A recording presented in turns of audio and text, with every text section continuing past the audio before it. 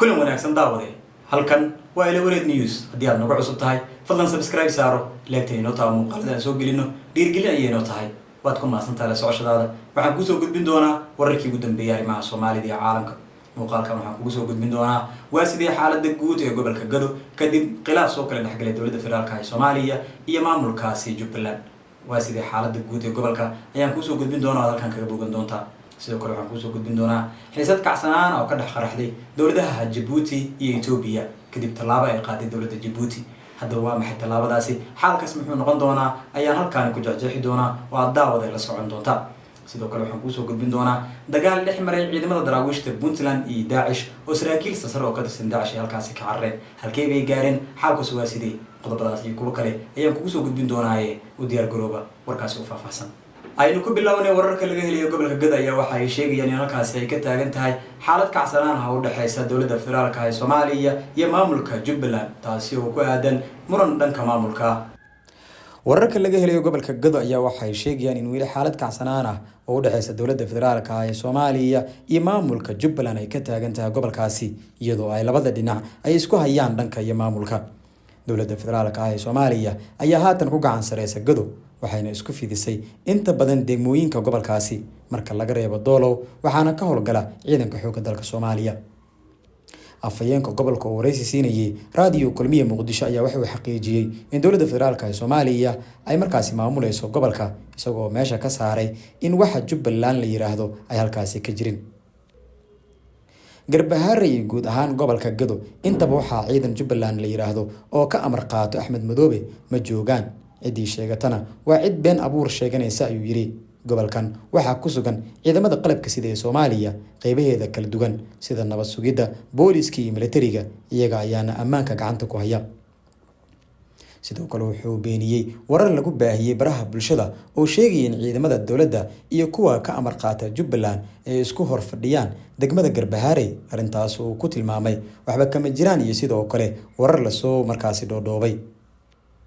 waxa kaloo fariin ugu diray reer Gado isagoo ka digay in la soo abaabulo falal liddi ku ah amniga laguna qalqal gelinayo gobolka cidii qalqal siyaasadeed diidan abuureyso waxa laga qaadayaa talaabo sharci waafaqsan ayuu yiri hadalkan ayaa wuxuu ku soo aadayaa iyadoo toddobaadkii hore dawladda Soomaaliya ay xirtay odayaal dhaqameedyo ku sugnaa magaalada Garbahaarey kuwaas oo taageeray maamulka uu hogaaminayay Axmed Madoobe inkastoo markii dambe wadahadal lagu sii daayay kadib shirkii golaha wadatashiga qaran ee lagu soo gabagabeeyay magaalada Muqdisho kaasi oo lagu go'aaminayay in loo baahan yahay in sharci loo wajaho xaaladda guud ee Jubbaland xaaladda Jubbaland ayaa waxaa sidoo kale loo xil saaray inay ka soo tala bixiso wasaaradda arrimaha gudaha dawladda federaalka ee Soomaaliya golaha wadatashiga qaran waxa uu isku raacay inay wasaaradda arrimaha gudaha federaalka Soomaaliya ay tallaabay sidoo kale soo jeedin ay ka keento xaaladda markaas dawlad goboleedka Jubbaland si waafaqsan dastuurka dalka si loo helo nidaam dawladeed gobolada oo sharci ah ayaa lagu yiri qodobkaasi dhinaca kalena xiriirkii diblomaasiga u dhaxeeyay dawladaha Ethiopia iyo Djibouti ayaa xumaaday ka gadaal musaafiriintii markaasi dawladda Djibouti ay ku sameysay in ka badan 60,000 oo qof oo Ethiopian ah kuwaas oo shaqo sharci darro ah ku joogay wadanka Ethiopia talaabadan ayaa waxa ay dhalisay carab ballaaran waxayna sii horisay xiisadda ka taagan gobolka Geeska Afrika iyadoo sidoo kale sababtay in Ethiopia markaas ay dib u eegto istiraatiijiyadeeda ganacsiga sidoo kale ku tiirsanaanta dekedda Djibouti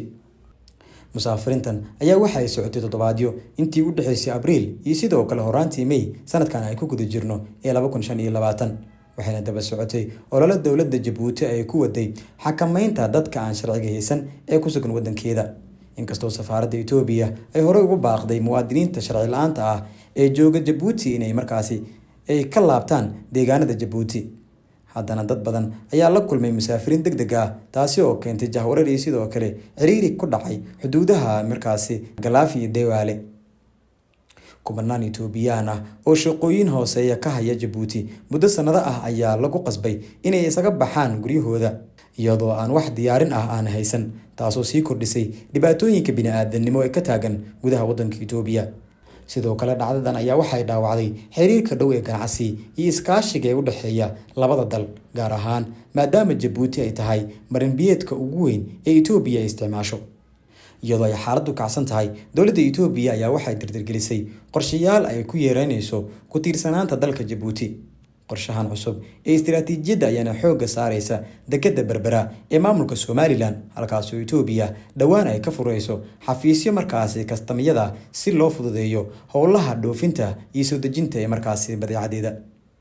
wadada berbera corridor ee isku xirta dekedda berbera iyo magaalada Addis Ababa ayaa loo arkaa mid istiraatiiji ah, waxaana la rajeynayaa inay noqoto marin kale oo muhiim ah oo markaasi suurtagelinaysa in Itoobiya ay si fudud markaasi ula xiriirto suuqyada caalamiga ah.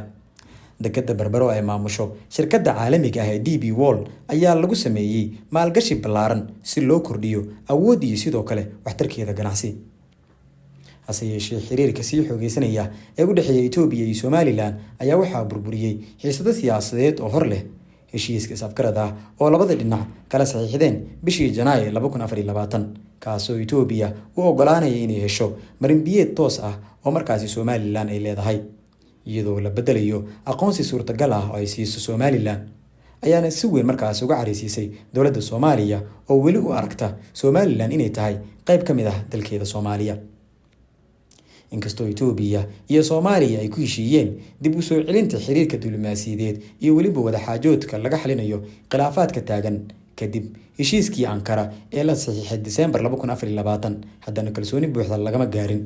ugu dambeyntiina wararka naga soo gaaray deegaanada Puntland ayaa waxa ay sheegayaan in ciidamada daraawiishta maamulkaasi ay ku guuleysteen in ay ka saaraan deegaanada ay kaga sug yihiin ururka Daesh kadib dagaal qaraar oo dhex maray ciidamada daraawiishta Puntland iyo Daesh halkaasi ku sugan. wararka naga soo gaaraya gobolka Bari ayaa waxa ay sheegayaan in wali ciidamada maamulka Puntland ay sii wadaan howlgaladooda isla markaana ay isku fidiyeen dhulka buuraleyda ah ee gobolkaasi, taasi oo sababtay in markaasi farxadaan hogaamiyaasha kooxda Daesh iyo maleeshiyaadkooda.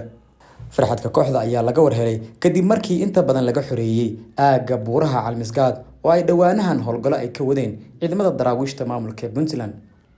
saraakiil amni ayaa waxay xaqiijiyeen in maleeshiyaadka Daesh oo ay ku jiraan hogaamiyaal sarsare ay haatan ka carareen aagga Toga Miraale iyagoo markaasi u baxsaday halka lagu magacaabo Saadow iyo Cuuran oo ka tirsan Toga Baalade, halkaasoo ay ku dhumaaleysanayeen muddooyinkii u dambeysay. horjoogayaasha halkaasi tagay waxaa ka mid ah Cabdiraxmaan Faahiye oo markaasi saameyn weyn ku dhex leh kooxda Daesh faraceeda Soomaaliya, waxayna galeen god ku yaala halkaasi.